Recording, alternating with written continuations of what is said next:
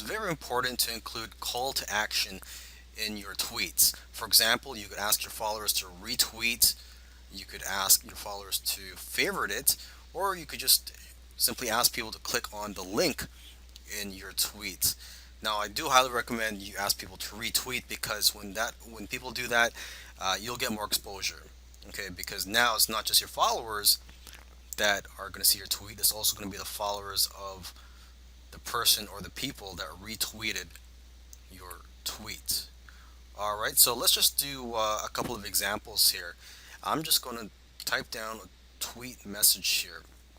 And here's a very simple one. If you're in the health niche, weight loss niche, you could say something like, if you want to lose weight this summer, retweet. I will try my best to help you out. Okay, another one, if you want to get more creative, let's just say you're in um, the sports niche, particularly, say, the basketball niche. Okay, and let's say it is the playoffs. Cavs are playing the Clippers. You could say, who do you think is going to win tonight?